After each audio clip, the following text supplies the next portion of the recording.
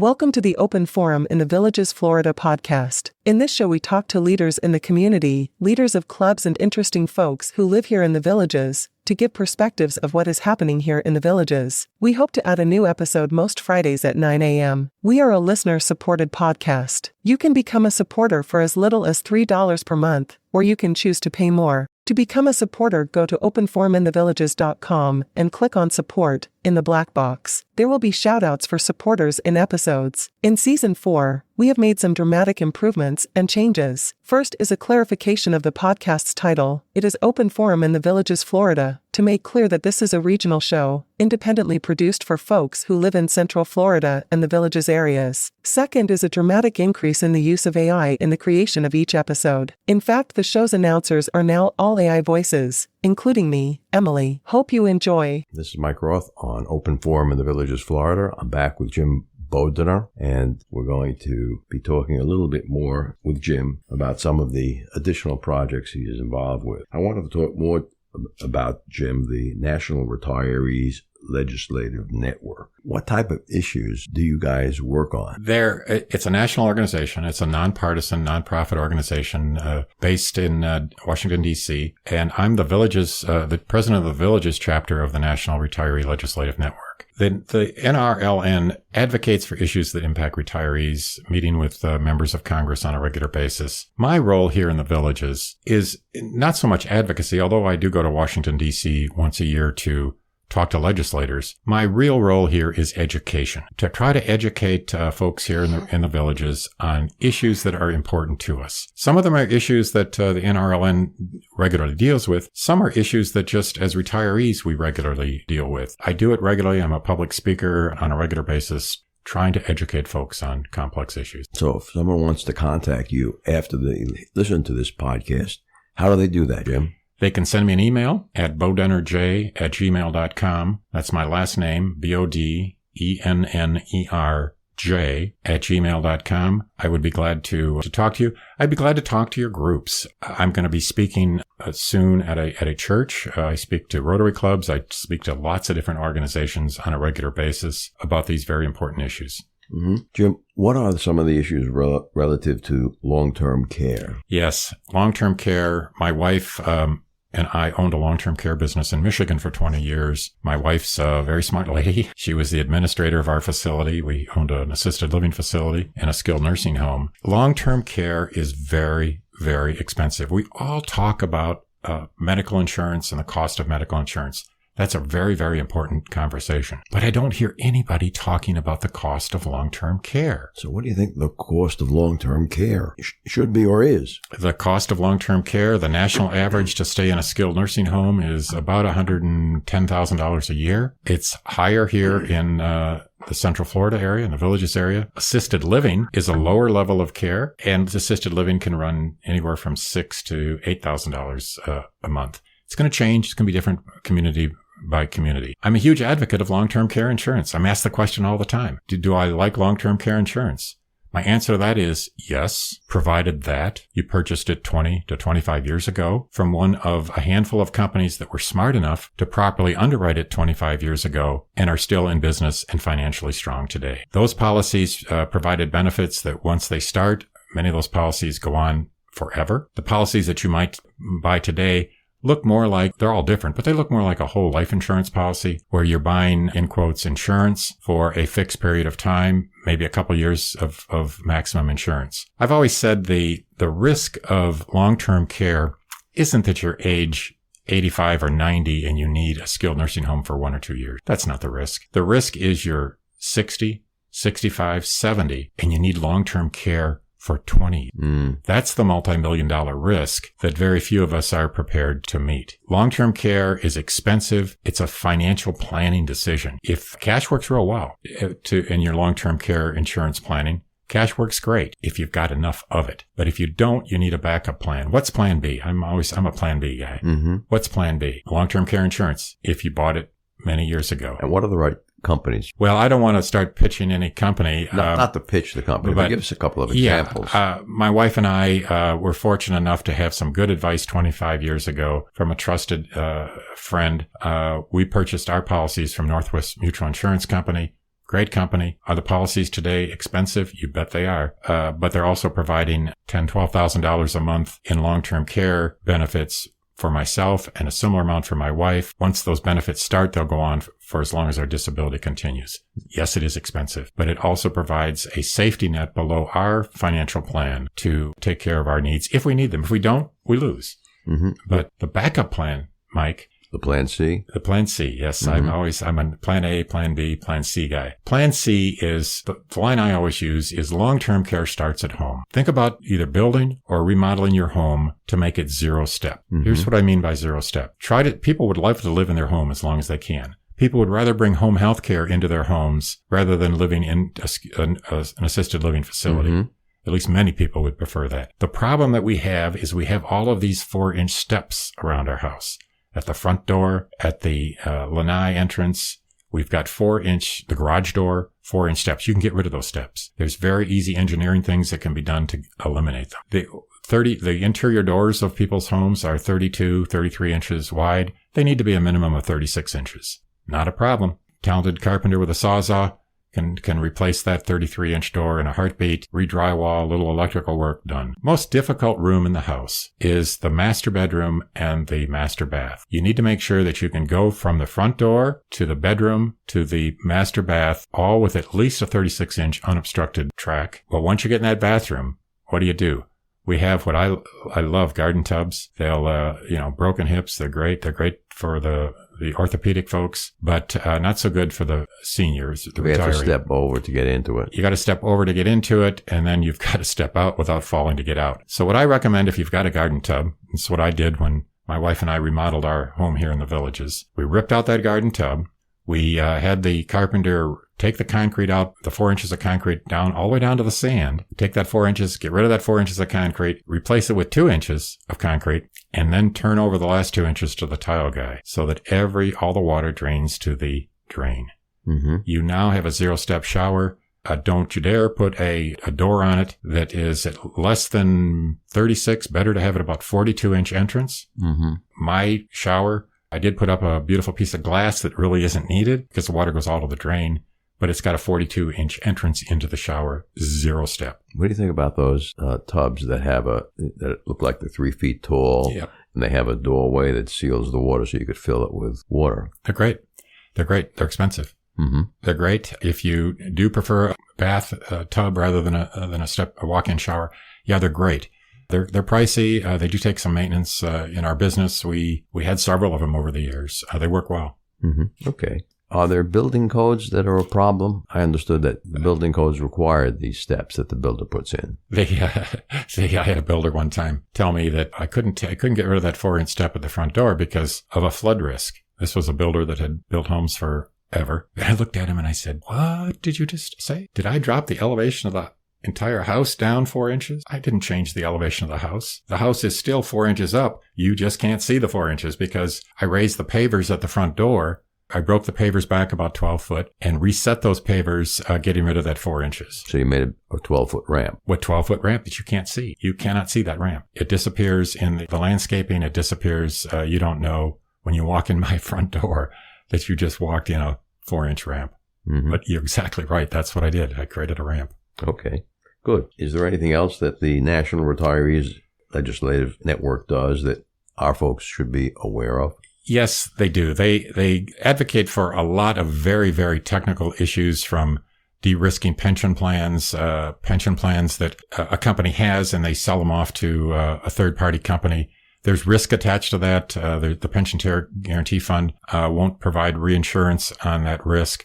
They're very active in that area. The areas that I talk about most are Medicare, the privatization of Medicare, the concerted effort that's afoot to get people to give up their Medicare supplements and acquire Advantage plans is effectively privatization of Medicare. We're turning the Medicare system over to for-profit companies that run these Advantage plans. One big area that the NRLN is very active in is to reduce the cost of prescription drugs. It affects every single one of us. And the good news is there's progress being made. Many of you have heard the press stories that effective the 1st of this year, insulin has been capped at $35 a month. Effective January 1st, 2025, total out-of-pocket costs for drugs will be capped at $2,000 a year. We've all heard about the dilemma of Medicare today represents 60 million people, and they can't negotiate with pharma over drug prices. That seems crazy. It seems like there must have been a payoff in there. I can't comment on that, but I can comment on the fact that effective January 1st, Medicare can start negotiating drug prices with 10 drugs. It's my understanding that list of 10 will increase over the next few years, but we have 10 well-used drugs that Medicare can start negotiating for effective the 1st of January. Mm-hmm.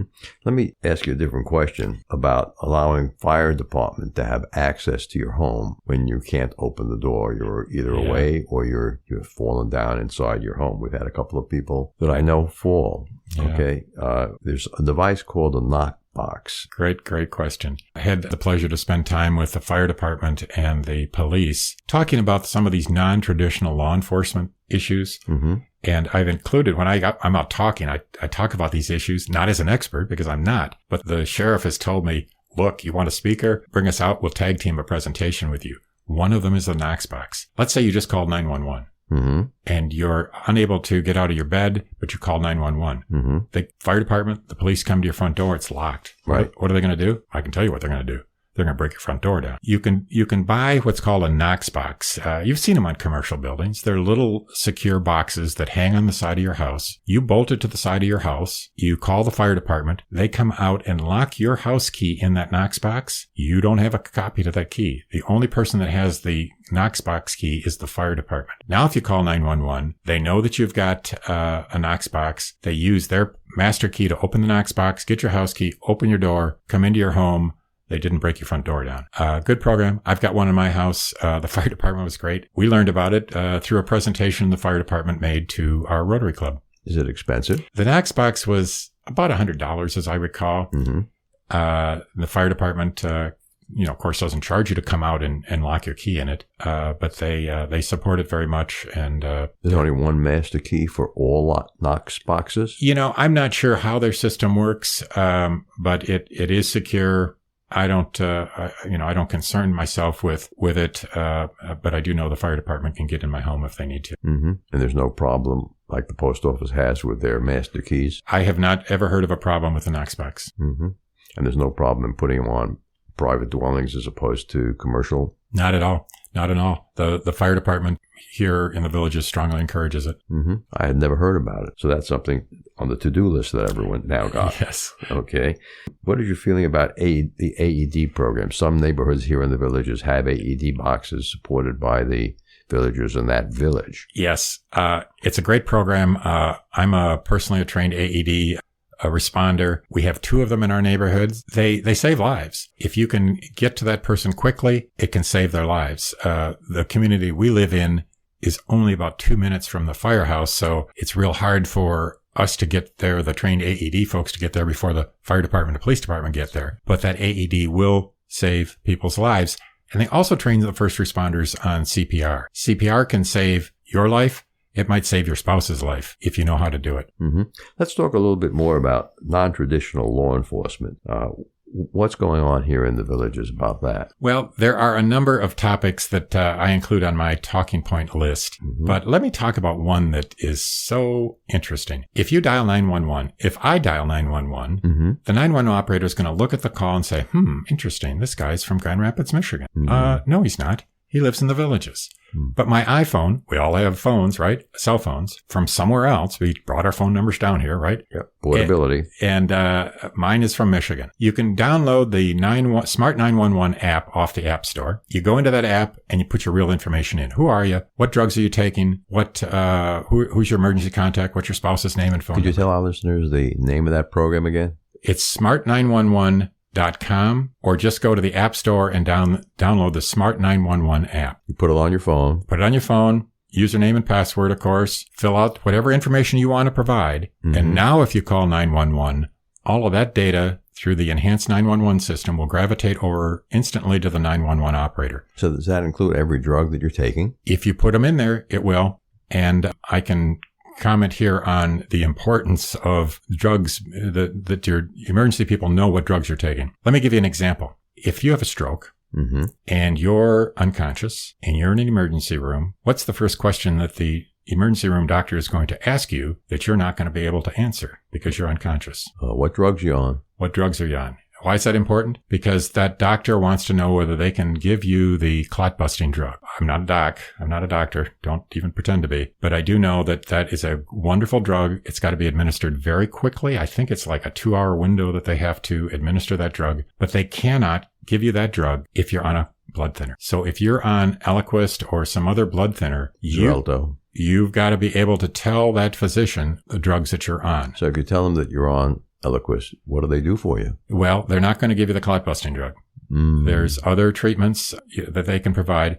But if you are on a blood thinner, again, this is not physician Jim talking here, but if you are on a blood thinner, it's my understanding if they give you the clot-busting drug, it could kill you. Again, that's you have to be able to, and there's some techniques. How do you keep your drugs handy? That becomes the biggest question. You can have a list of drugs in your wallet, but you were in bed when the ambulance showed up and your wallet's in your pants on the hook in your closet.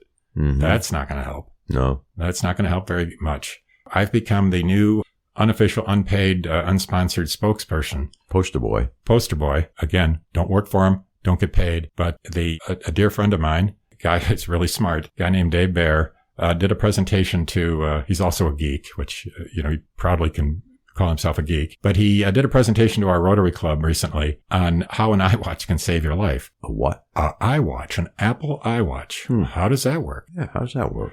Well, he made this presentation to our Rotary Club, and I thought, well, geez, that sounds good. My wife and I went out and got iWatches. What the heck? They tell time too, don't they? That's what I figured. I'll never need it for anything other than telling time. But that won't work if you have an Android phone. Well, that's probably true. I don't know if there's a similar system for Android or not. There is an app on my Android Samsung watch that tells you something. But go ahead, Jim. So here's what happened. We got the iWatches a couple months ago. We're in the mountains in North Carolina on the Cherokee Indian Reservation in the middle of nowhere, boondocking off-grid on our Airstream. 11 o'clock at night, my iWatch wakes me up and tells me to seek immediate medical care. Oh, what do you do now? You're in the middle of nowhere. You're not sure what's going on, although your heart's, racing at about 150 pulse. Went to the emergency room. Yep, I was in AFib for the first time. My iWatch told me I was in AFib. I got the medical care I needed. It's an amazing device. It's got a fall feature built into it. A fall feature? Correct. Summer, winter, spring, fall? Summer, winter, spring. Recently, the cleaning lady is in our house. I hear her yell, "We're leaving." So I go run into the kitchen to say goodbye to her, just as I hit the wet kitchen floor and did a face plant on the floor, making sure I'm okay. I was. My iWatch is automatically calling 911. That's pretty cool. The other really, really good thing about any kind of watch is, well, particularly the iWatch, your medications. You put all your medications into your iPhone. It syncs instantly to your iWatch. Now you make sure you sleep with your iWatch, because if you have to be taken anywhere in an ambulance, you want that on your wrist. Also, a trick that I learned is, because I'm in AFib now, I may be on Eliquis the rest of my life, which is a blood thinner. You got to be able to tell the doc you're on that blood thinner. Well, how do you do it? Number one, it's on my iWatch. Number two, for $14, you can, off of Amazon or lots of places, but Amazon is my go-to place. Go in, fill out your name, your wife's name, indicate that you're on Eliquis on this little tag, put that a note that prescription drugs are on your iWatch, and put that on your iWatch. If you show up at the emergency room, it's going to tell the doc that you're on Eliquis. Remember, it's important, if you're not on Eliquis or if you're not on a blood thinner, you want the same tag on your watch, because if you're unconscious, you're in the emergency room, you want to be able to tell that doc that you're not on a blood thinner so they can treat you with that drug that if they need to treat you with it. Yeah. So $14, Amazon, pretty cheap. That's a good idea. Pretty cheap thing to do. I just checked my Android watch from Samsung. It's what they call a Watch 4, and it does have a test for are you in AFib. But to do the test, you have to put your finger on one of the buttons for 30 seconds. Yep. That might not be good enough if you're asleep. Well, again, I'm not a geek here, and it's I get out of my league real quick. You can do the same on an iWatch. You can manually test, but all I can tell you is at 11 o'clock at night, my wrist is going crazy and vibrating, and my watch is talking to me, and you wake up and you're scared because you've never been in AFib. You don't even know what it is, right? Okay, so here you are. You're in the middle of North Dakota someplace. You don't know where the medical clinics are. You don't know where the urgent cares are. What did you do? We knew we were in Cherokee, North Carolina on the Cherokee Indian Reservation. We were able to go to the Cherokee emergency room on the reservation. Got wonderful care. I'm blessed to have a cardiologist down here in the villages who took 2 or 3 calls from that cardiologist at the emergency room during the day. My cardiologist down here gave him his advice on how to treat me. I'm thankful for the fact that I've got a medical team here that I've put together, and I'm thankful when I travel that I can go to any emergency room that I need to and not worry about what the cost of that emergency room is going to be. That's right. That's because you have a Medicare Part G or F. I've got a Medicare G plan, but the G or the F are the two that I strongly recommend. And if you want a full explanation of what those plans are, listen to the prior episode that we did. Jim, let's talk about a couple of the non-traditional law enforcement programs that are available here in Central Florida. Tell us about the Sumter County Sheriff's DREAM program. There are several programs. The DREAM program, the SCENT program. The DREAM program involves folks that wander. There's I don't know the technology, but I in my mind it's something similar to an Apple AirTag. But the loved one can be given a device, as I understand it's free of charge by the Sumter County Sheriff, that will help track that person if they're a wanderer. There's another really cool program that I didn't know anything about until I interviewed the police. It's called the SCENT program. If you have a loved one that might wander, the police department, the fire department will come in. They will rub the loved one with a cloth and put that cloth into a sealed container. If the sheriff ever had to bring out search dogs, there's a scent in that container. Pretty cool idea. I had not heard about it until the police and fire department shared it with me. Yeah. We have these vials in the refrigerator for the sheriff. Yes. And what I recommend is I keep a 10-page or so Word doc that tracks my medical history and my drugs. I put one of those plastic sleeves on my refrigerator with a clip, and it says Jim and Sue Bodenner, emergency medical information. So that whole, the fire department or the police department could grab that whole file right out of that sleeve and have both my health care and Sue's health care, my wife's health care, at their fingertips. Probably for the last topic that we have here in the show, let's talk about understanding Medicare fraud and identity theft. How does that work? And how do you protect yourself against it?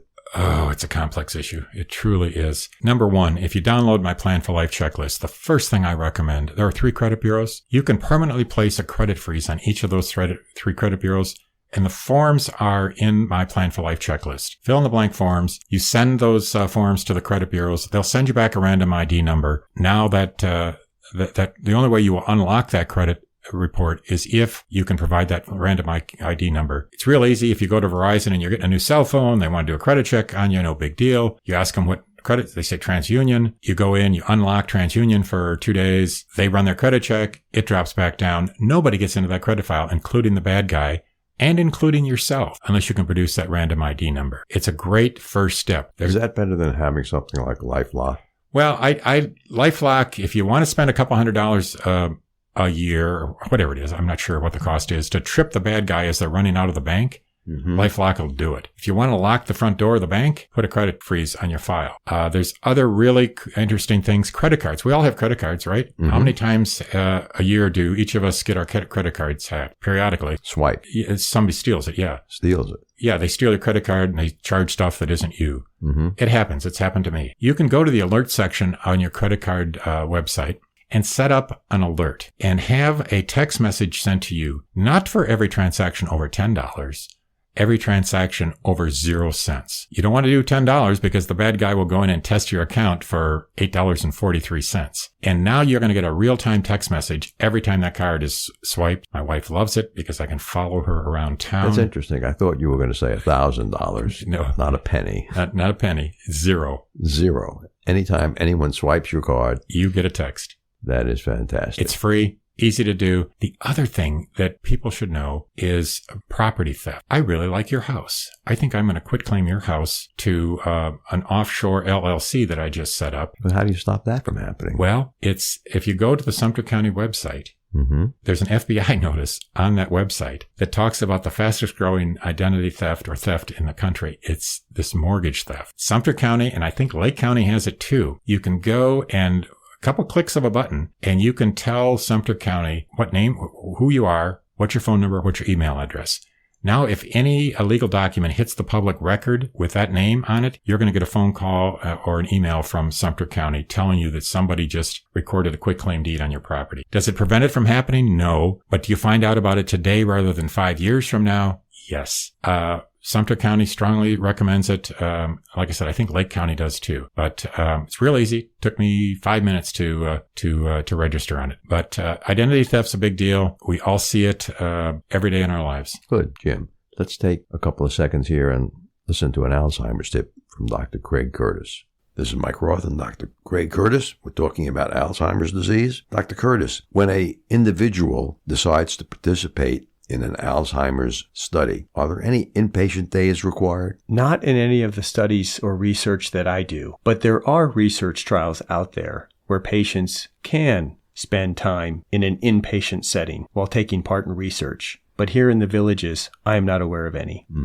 With over 20 years of experience studying brain health, Dr. Curtis's goal is to educate the Villages community on how to live a longer, healthier life. To learn more, visit his website, craigcurtismd.com, or call 352-500-5252 to attend a free seminar. I'm back with Jim Bodenner. And Jim, you wanted to say something? Yeah, if I could, Mike, there's one thing that I'm very, very passionate about. One of the things is my efforts to work with the National Retiree Legislative Network. But I'm also very active with Rotary, and I'm on the volunteer member of the board of directors of Langley Health Services. Langley provides medical, dental, and behavioral health care to low-income folks here in Central Florida. But we created a really unique program in partnership with a group called Sunshine State Veterans Fund and a couple of Rotary clubs. We created this designated a fund, and we funded this account to provide dental services to low-income veterans. Here is the reality. United States military veterans that are in financial need don't have access to dental services unless they're 100% disabled or were prisoners of war. Langley is a federally qualified healthcare organization, and they can provide dental services to anyone who's low income on a sliding scale, so that veteran can be provided general dentistry at a cost of about $50 for general dentistry. We created this fund through Rotary and Sunshine State Veterans Fund and a few other nonprofits. We reduced that cost from $50 down to $5. And the fund pays $800 toward the set of dentures. We have served 500 veterans here in Central Florida since the inception of the program and done about 20, 25 sets of dentures. It's an exciting project. We're very proud of it. Langley is the healthcare provider. They have medical locations in multiple cities here in Central Florida. We're very proud of what we're doing. Good. Jim, if someone wants to contribute to Langley, how do they do that?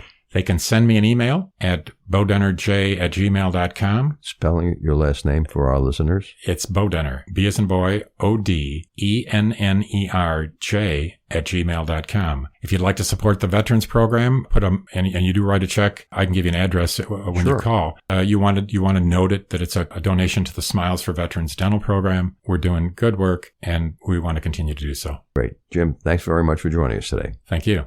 Remember, our next episode will be released next Friday at 9 a.m. Should you want to become a major supporter of the show or have questions, please contact us at mike@rothvoice.com. This is a shout out for supporters Tweet Coleman, Dan Capellan, Ed Williams, Alvin Stenzel, and major supporter Dr. Craig Curtis at K2 in the Villages. We will be hearing more from Dr. Curtis with short Alzheimer's tips each week. If you know someone who should be on the show, contact us at mike@rothvoice.com. We thank everyone for listening to the show. The content of the show is copyrighted by Roth Voice 2023, all rights reserved.